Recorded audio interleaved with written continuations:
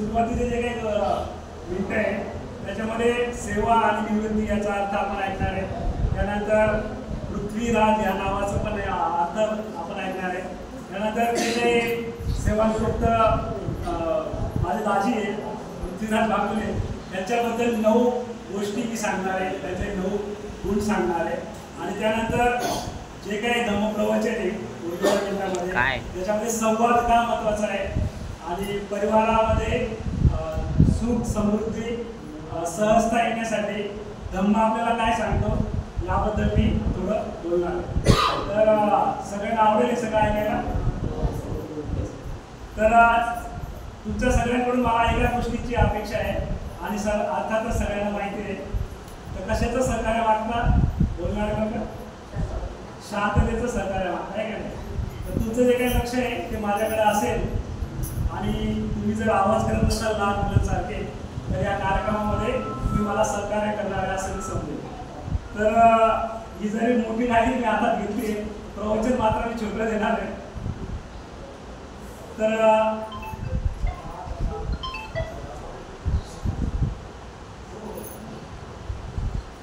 पश्चिम खानदेश दलित शिक्षण प्रसार मंडळ या संस्थेमधून डॉक्टर बाबासाहेब आंबेडकर हायस्कूल या संस्थेमधून जवळपास 18 वर्ष कायमस्वरूपी आणि त्याच्याही आधीपासून जवळपास 28 वर्षापासून हे जे काही पृथ्वीराज बागुले त्या संस्थेमध्ये सेवा देत आलेले होते आणि आज त्यांचा जो काही 60 वर्ष पूर्ण झाल्यामुळं त्यांना आज सेवानिवृत्त करण्यात आलेले आहे।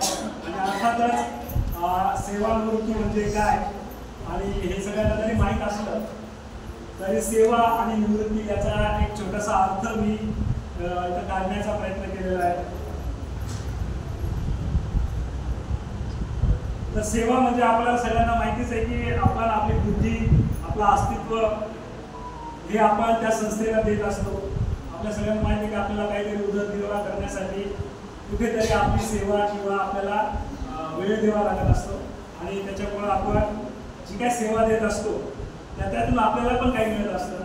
सर्वात पहिले तर आपला उदरनिर्वाह होत असतो, त्यानंतर आपल्याला प्रतिष्ठा पण मिळत असते। वेगवेगळं काम केल्यामुळं विशिष्ट काम केल्यामुळं तिथं आपल्याला मान मिळत असतो, ओळख मिळत असते आणि सर्वात महत्त्वाचं म्हणजे खूप सारे कटू आणि गोड अनुभव देखील आपल्याला त्या संस्थेमध्ये मिळत असतात। त्या संस्थेमध्ये आपल्याला खूप सारे मित्र पण आपण जोडत असतो, खूप परिवाराबरोबर आपला संबंध आलेला असतो। त्याचप्रमाणे ज्या ठिकाणी आपण काम करतो ज्या लोकांना आपण सेवा दिलेली असते त्यांचा देखील आपल्याशी संबंध आलेला असतो। ते कधी कधी आपल्या समाजाचे असतात तर कधी आपल्या समाजाचे नसतात, पण एकंदर मानवाची आपला संबंध येत असतो आणि अशा प्रकारे आपण सेवा या शब्दाला घेतलं पाहिजे। त्यानंतर आपण म्हणतो की निवृत्ती काय आहे, तर निवृत्ती हा शब्द खूप छान आहे कारण जेव्हा जेव्हा एखाद्याला असं वाटतं की मी खूप काम करतोय केव्हा एकदाचा मी निवृत्त होईल नाही का, केव्हा एकदा या गोष्टीतून मोकळा होईल असं सगळ्यांनाच वाटत असतं नाही का। बऱ्याच महिलांना पण वाटत असते की केव्हा माझे मुलं मोठं होतील, केव्हा सुना येतील आणि केव्हा मी या रोजच्या कामातून निवृत्त होईल। पण खेदाची गोष्ट अशी आहे की महिला काही रिटायर होत नसतात नाही का, आई रिटायर होत नाही, ती नातू पंतू पार त्याची सेवा चालूच असते।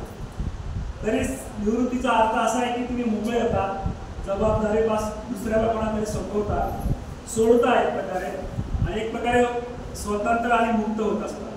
त्याचप्रमाणे तुम्हाला काही लोकांना पेन्शन पण मिळत असते, तर काही लोकांना जमा झालेला पैसा मिळत असतो, काही लोकांना खूप सारा आता जसा सत्कार झाला वाजत वाजत त्यांना आणण्यात आलं तर त्याचा सत्कार देखील होत असतो। कारण जो काही कुटुंबाचा प्रमुख आहे त्याने ह्या 30-28 वर्षामध्ये खूप साऱ्या लोकांना त्याच्या कार्यातून त्याच्या कर्तव्यातून सेवा दिलेली असते। पण आता तो मुक्त होणार राहतो, आता मात्र त्याला कामावर जायची गरज राहणार नसते। आता तो काही 10 वाजता उठून वेळेत जायच्या घाईमध्ये नसेल, आता मात्र त्यांना डब्बा करून द्यायची गरज राहणार नाही, आता मात्र त्यांना कोण म्हणणार नाही या कामाचं काय झालं उद्यापर्यंत होईल का असं कुठल्याच प्रकारला आपण त्यांना लावणार नाही। म्हणून या सगळ्या जाचातून या सगळ्या कर्तव्यातून ते निवृत्त झालेले आहे। तर सेवानिवृत्तीचा हा जो काही सोहळा आहे तो आपण इथं साजरा करत आहोत। तर सगळ्यांनाच माहिती आहे की त्याचं टोपण नाव जरी खंडू असं त्याच्या परंपरेप्रमाणे त्याच्या आईवडिलांनी ठेवलेले आहे. त्यांचं कुलदैवत असेल कदाचित आणि त्यामुळे त्याचं नाव ठेवले लोकप्रिय. परंतु त्याचं जे काही शाळेमधलं नाव आहे ते आहे पृथ्वीराज आणि त्याचा देखील एक सुंदर अर्थ आहे. पृथ्वी म्हणजे आपल्या सगळ्यांना पाहिजे ज्याच्यावर आपण राहत आहोत आणि राज तो पृथ्वीचा अर्थ असा होतो स्थिर, टिकवून ठेवणारी नाही का, टिकणारी. तर हे जे काय पृथ्वीराज आहेत त्यांचं देखील असं गुण आहे की त्यांनी देखील खूप साऱ्या नातं टिकवून ठेवलेलं आहे. टिकवून का ठेवले, टिकून का आहे कारण त्यांच्याकडे सिद्धांत आहे. त्यांच्याकडे काही सिद्धांत असे आहेत ज्याच्यामुळे त्यांनी नातं टिकून ठेवले.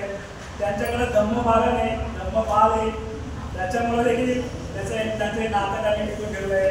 कारण त्यांच्याकडे आता भावना आणि सोनाली देखील येते आणि याच्यामुळे त्यांच्या जे काही परिवार आहे त्याच्यामध्ये त्यांना जयश्री मिळालेली. जयश्री म्हणजे काय, प्रत्येक यशस्वी पुरुषाच्या मागे एक स्त्री असते. त्यांच्यासोबत ज्या काही आहे मागच्याताई त्या देखील असं सांग पप्पाचा आणि मूर्तीचा कामावर जाण्यासाठी जेवढी तयारी काम करायला नाही त्याच्या मागे देखील त्यांची तयारी करण्यासाठी एक व्यक्ती सकाळपासून उठलेली असते नाही का. आणि तिचं मूल्य देखील आपण केलं पाहिजे. पण आपण काय करतो, चपाती बरोबर झाली नाही, साखर जास्त टाकली, मीठ कमी झालं, तिखट जास्त झालं आणि अशा अनेक तक्रारी पण आपण करत असतो. आता ते सुधारण्यासाठी असतात, ते तुम्हाला काही चिडवण्यासाठी नसतात. तर हे जे काही कुटुंब आहे त्यांच्यामध्ये आता मी जे काही मिनिटं बोलणार आहे ते जे काही माझे दाजी आहे पृथ्वीराज त्यांच्या काही 9-10 मुलांबद्दल मी बोलणार आहे.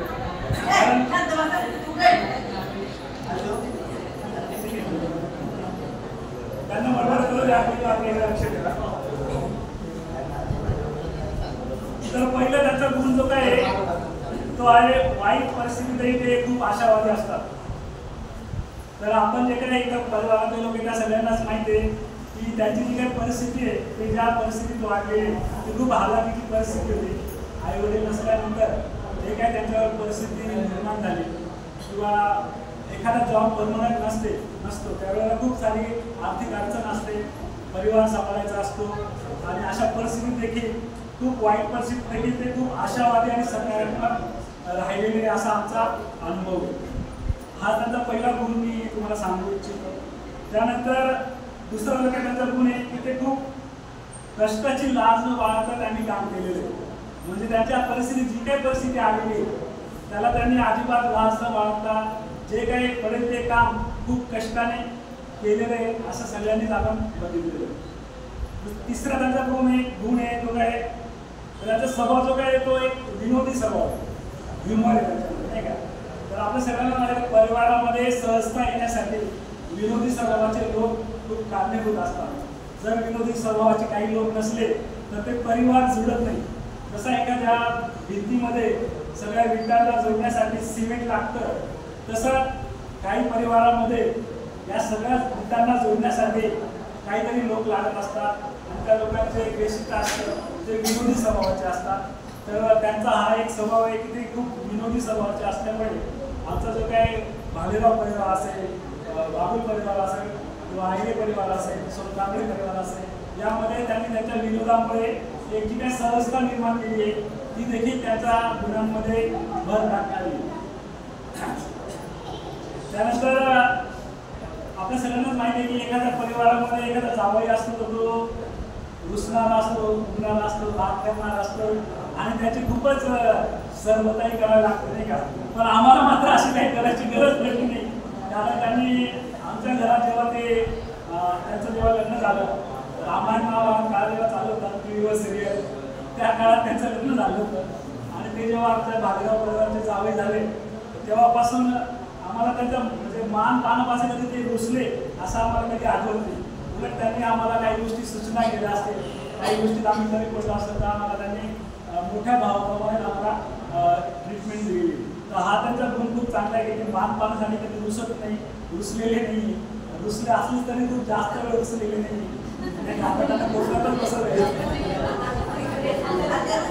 त्यानंतर पाचवा जो काही गुण आहे, पाचवा जो काही गुण आहे तो वरती करणे संसारामध्ये जे सार नाही का. संसार सगळ्यांना माहिती आहे की संसार हा जेव्हा आपण देवाच्या सुरू होतो तर संसारामध्ये साथ देणं हा एक प्रकार असतो. तर त्याची जी काही साथ देण्याची जी काही वृत्ती आहे ती खूप सुंदर आहे. आम्हाला माहिती आहे की आमची जी काही ताई आहे ती खूप लहान वयामध्ये तिचं लग्न झालं आणि असं म्हणतात की काही महिलांचं जो काही समजदारी आहे मॅच्युरिटी आहे सासरी येत असते. इतक्या कमी वयात ते लग्न त्यांचं झालेलं असतं. तर आमच्या ताईचं पण तसं झालं, तिचं इतक्या लहानपणी लग्न झालं आणि तिची जी काही मॅच्युरिटी आहे तिची जी काही समजदारी आहे ती त्या सासरी आलेली तिला असं आम्ही म्हणतो. पण तिने जे काही जबाबदारी तिने खूप छान पद्धतीने सांभाळली आहे. याचं कारण हेच आहे की तिला साथ मिळालेली आहे रात्रीची. त्यामुळे देखील एकमेकांना साथ देण्याचा त्यांचा जो काही गुण आहे तो खूप सुंदर आणि वाखवण्यात आहे. त्यानंतर सहावा जो काही गुण आहे आर्थिक नियोजन. प्रत्येक माणसाच्या घरामध्ये काही समारंभ असतात, काही गोष्टी असतात जिथं पैशांची गरज लागत असते. पण दादीचं एक वैशिष्ट्य आहे की खूप कमी पैसा जरी असला तरी एखाद्या सणामध्ये एखाद्या लग्नामध्ये त्यांच्याकडे माहिती नाही कुठून पैसे येतात पण ते सगळं शिल्पीला माणूस म्हणणार आहे का पैशाचा चांगला वापर करून सांभाळ करणं किंवा योग्य ठिकाणी खर्च करणे. तर त्याचा हा जो काही गुण आहे ते खूप शिकण्यासारखं आहे आमच्यासाठी आणि त्यांच्या मुलांसाठी त्यांच्या मुलांसाठी. सातवी जे काही गोष्ट आहे ती आहे त्यांची हेल्थ, आरोग्य. बघा त्यांच्याकडे जर बघितल्यानंतर आज देखील वाटत नाही की ते 60 वर्षाचे सलमान खान, आमिर खान फिट येते नाही का. त्यांचे जर केस काय केले आपण मात्र टाकले तरच आपल्याला कळलं 60 वर्ष झाले. तर आपल्याला प्रश्न पडतोय की 60 वर्षाचे आहे खरंच त्यांनी दाखल्याचं काही कमी केलं नाही ना. दाखल्यात काही केलं कमी केलं नाही, त्यांनी स्वतःची हेल्थ मेंटेन केली. तर त्याची हेल्थ मेंटेन ते काय खाता आपल्याला आता नंतर तुम्ही विचार करता. आणि आठवा जो काही गुण आहे तर ते त्यांचा जो काही गुण आहे नातं जपणारा माणूस येते. तर नातं जे काय आहे त्यांचं आपल्या सगळ्यांना का आपण काही ठिकाणी उभे असतो तर काहीचे आपण मामा असतो, काका असतो, वडील असतो, भाऊ असतो. हे जे काही त्यांचं नातं आहे सगळ्या नात्यांमध्ये ते खूप चांगल्या पद्धतीने त्यांनी नातं निभवलेलं आहे, त्याला कर्तव्य पार पाडलेलं आहे. त्यामध्ये नातं जगणारा माणूस असं जे काही गोष्टी आहे त्यांच्यामुळे निभवतो. आणि त्यानंतर शेवटचा जो काही 9वा गुण आहे त्यांचं सर्व मन मिळावे. म्हणजे काय की आपण एखाद्या घरामध्ये जेव्हा जातो परिचित होतो त्यावेळेला काही लोक खूप शिकलेले असतात, काही लोक मोठ्या हुद्द्यावर असतात, काही लोक शेतकरी असतात, काही लोक मजूर असतात, काही अगदी अशिक्षित किंवा खूप शेवटचा घटक असतात. पण त्यांचा असा स्वभाव आहे की ज्या लोकांबरोबर ते संपर्कात येतात, ज्या ज्या नात्यामध्ये ते भेटतात त्यांच्याशी ते इतके त्यांचं मन मिळून जातं की त्यांना ते आपल्याशी वाटत असतात. त्यांचा हा गुण खूप सुंदर आहे. त्याचा स्वभाव जो काही मन मिळावं आणि जुळवून घेणार आहे. कारण बऱ्याच वेळेला आपण काही लोकांना पैसेवाले लोक त्यांनाच आपण रिस्पेक्ट देतो, त्यांनाच खुर्ची देतो किंवा त्यांच्याशी संपर्क ठेवण्याचा आपण प्रयत्न करतो. पण दादीचं वैशिष्ट्य असं आहे की अगदी साधा माणूस पण त्यांना तेवढ्याच आत्मीयतेने ओळख देतो, त्यांच्याशी भेटतो. एखाद्या समारंभात गेल्यानंतर परिवाराच्या सर्वात पहिले कुणाला भेटावं असं वाटतं आपल्याला नाही का. कारण का वाटतं, कारण तो आपलासा वाटत असतो. तर त्यांच्यासोबत ते जेव्हा तिथे जातात, आमच्या घरामध्ये येतात, एखाद्या पारिवारिक समारंभामध्ये येतात, तर सर्वात जास्त त्यांच्या आजूबाजूलाच गर्दी असते. तर त्यांचा हा जो काही गुण आहे तो देखील आपण तर अशा या गुणांनी संपन्न पृथ्वीराज राघव यांना आपण जे काही सैन्यात करण्यासाठी त्यांचा जो काही पुण्यानुमोदन करण्यासाठी आम्ही जमलेलं आहे. तर हे जे काही आत्तापर्यंत मी बोललो ते त्यांच्याविषयी होतं, त्यांच्यासाठी होतं. आता जे काही मी बोलणार आहे ते आता आपल्यासाठी असणार, ते आपल्याला धम्माच्या स्वरूपात आपल्याला घ्यायचं आहे. तर आता सगळ्यांनाच माहिती आहे की जो काही परिवार असतो तो परिवार असं म्हणतात की आपण बाहेरच्या खूप लढाया जिंकू शकतो, बाहेर आपण खूप भांडू शकतो, बाहेर आपण खूप कर्तव्य दाखवू शकतो. पण जर का आपण घरात हरलेलो असू तर मात्र आपण एकटे पडतो नाही का.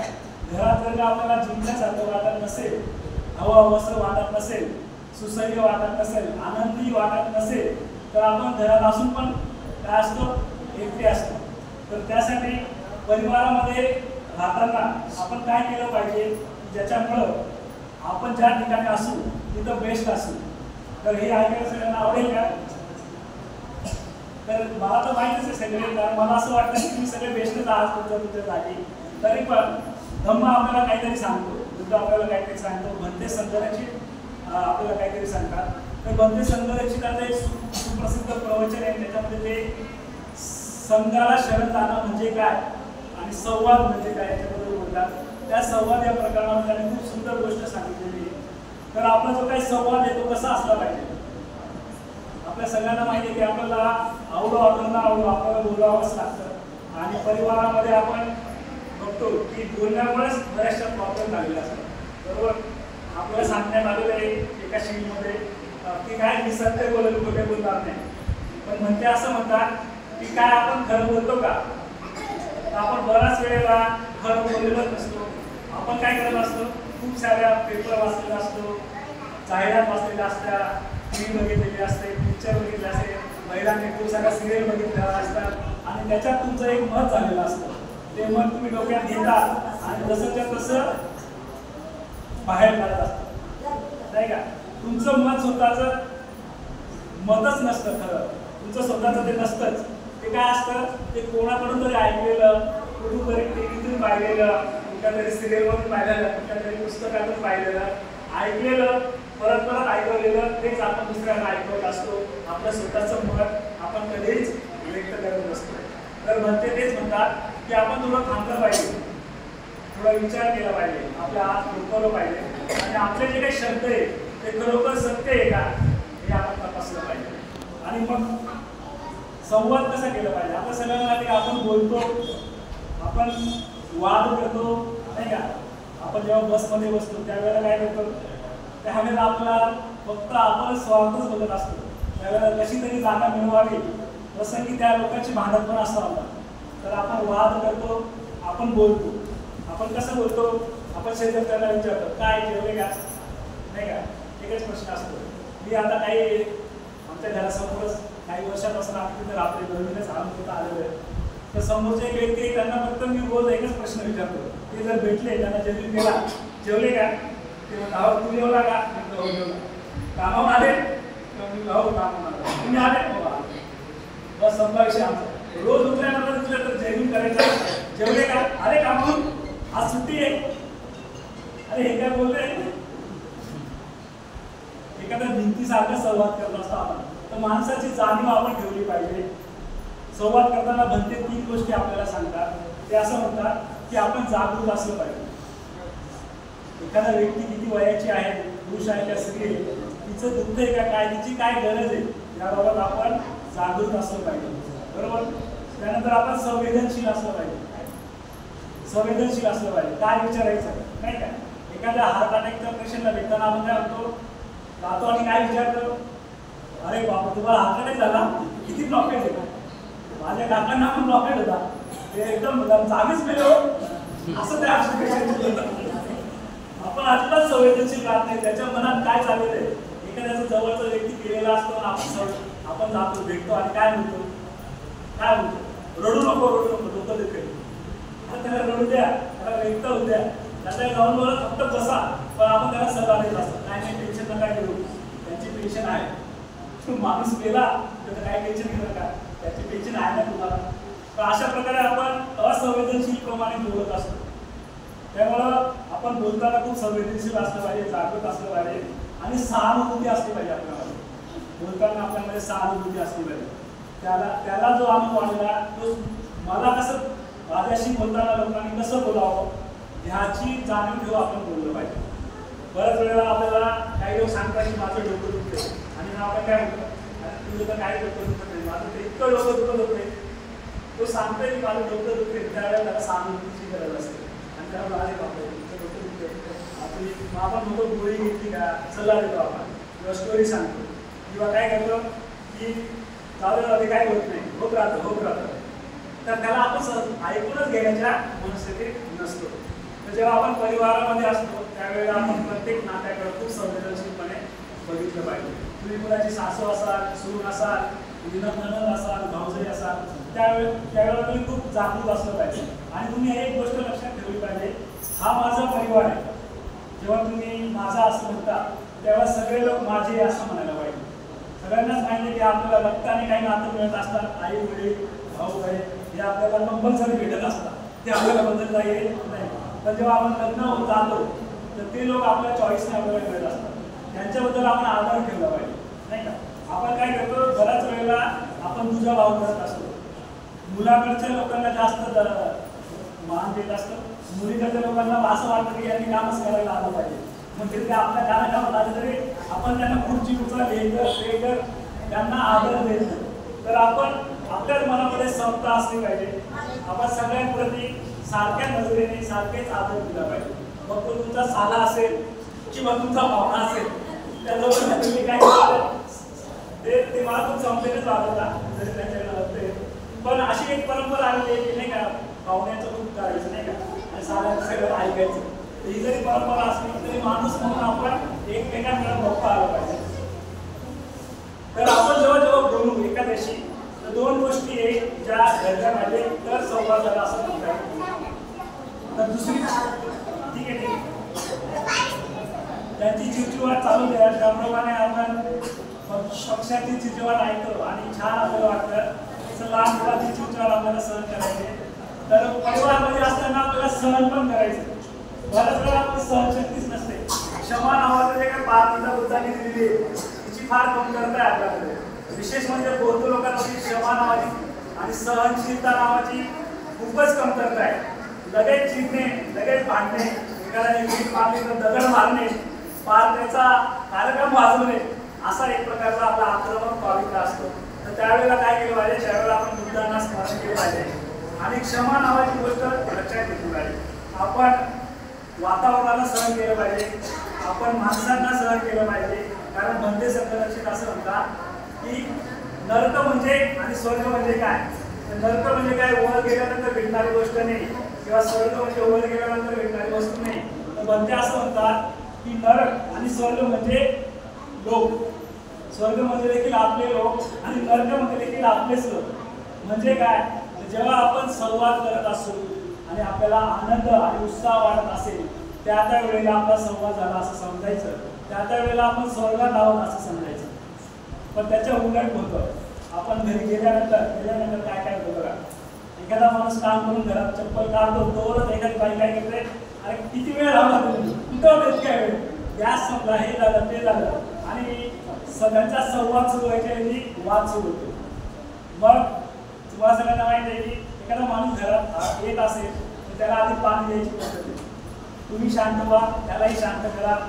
त्यानंतर चहा द्यायची पद्धत आहे, तुम्ही चहा घ्या, त्यांनाही द्या, आणि त्यानंतर संवाद चालू करा. मुलाने काय केलं, सुनेने काय केले, हे सगळ्या गोष्टी नंतर सांगा. पण आपण काय करतो, आपल्याला अजिबात वेळ सवड केवळ एकदा येईल आणि सुरू होईल असं होतं. आणि जर त्याचा मूड चांगला असेल तर तो ऐकतो, पण त्याचा मूडवर त्याने जर त्याच्या बॉसने त्याच्या कामावरही गडबड झालेली असेल तर त्याच्यावर त्याची पण चिंता झालेली असते. बहुतेक वेळा जेव्हा पुरुषाचा पगार झालेला नसतो, महिना अखेर जेव्हा असतो, पैशाची चणचण असते, त्यावेळेला माणसाचा स्वभाव चिडचिडा असतो. आणि त्यावेळेला एखाद्या महिलेने त्याच्याशी भांडण्याचा पवित्रा घेतला तर काय होईल, जर पेट्रोल आहे आणि काळजी पेटी जवळ नेली काय होईल, पेट्रोल आहे काळजी पेटी जवळ नेली काय होईल, जबाबदारी कोणाची, पेट्रोलची का काळजी पेटी. पण जर का एखादा पाण्याचा तलाव आहे आणि तुम्ही काळजी पेटी नेली काय होईल, काय होईल, पाण्याचा तलाव आहे आणि काळजी पेटी जवळ नेली काय होईल. तर आपल्याला पाण्याकडून तोच गुण घ्यायचा आहे की क्षमा, शांती, सहनशीलता करायचं. तर म्हणून जेव्हा आपण संवाद करू तर त्यावेळेला जेव्हा बोलल्यानंतर आपल्याला उत्साह मिळेल, आशा मिळेल, तेव्हा आपला संवाद झाला असं समजा. पण बोलल्यानंतर नंतर आपल्याला असं लक्षात आलं की आपण निरुत्साह झालेलो आहे, निराश झालेलो आहे, तर तेव्हा समजा की तुमचा संवाद झालेला नाही. तर परिवारामध्ये मग काही गोष्टी आपण केल्या पाहिजे आणि त्याच्यामध्ये 2-4 गोष्टी मी सांगून माझं प्रवचन जे काय आहे ते मी थांबवणार आहे. एक छोटीस एक शेअर सांगणार बोलणार आहे. शेअर म्हणजे कळलं सगळ्यांना? पावशेर शेअर अर्धा किलो 1 किलो तो नाही. तर शेअर म्हणजे एक प्रकारची कविता आहे. ऐकायला आवडेल सगळ्यांना? हो. एक शायर असं म्हणतो की तूने चाहा ही नहीं हालात बदल सकते थे. तूने चाहा ही नहीं हालात बदल सकते थे. मेरे आंसू तेरे आंखों से निकल सकते थे. बघा खूप सुंदर गोष्ट सांगतो. तूने चाहा ही नहीं हालात बदल सकते थे. मेरे आंसू तेरे आंखों से निकल सकते थे.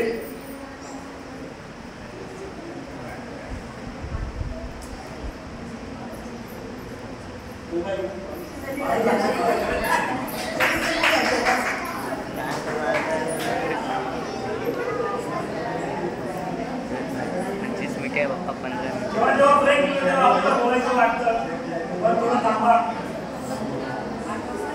तूने चाहा ही नहीं हालात बदल सकते थे. मेरे आंसू तेरे आंखों से निकल सकते थे. तुमने अल्फाज की तासीर को परखा ही नहीं. तुमने अल्फाज की तासीर को परखा ही नहीं. नर्म लहजे से पत्थर भी निकल सकते थे.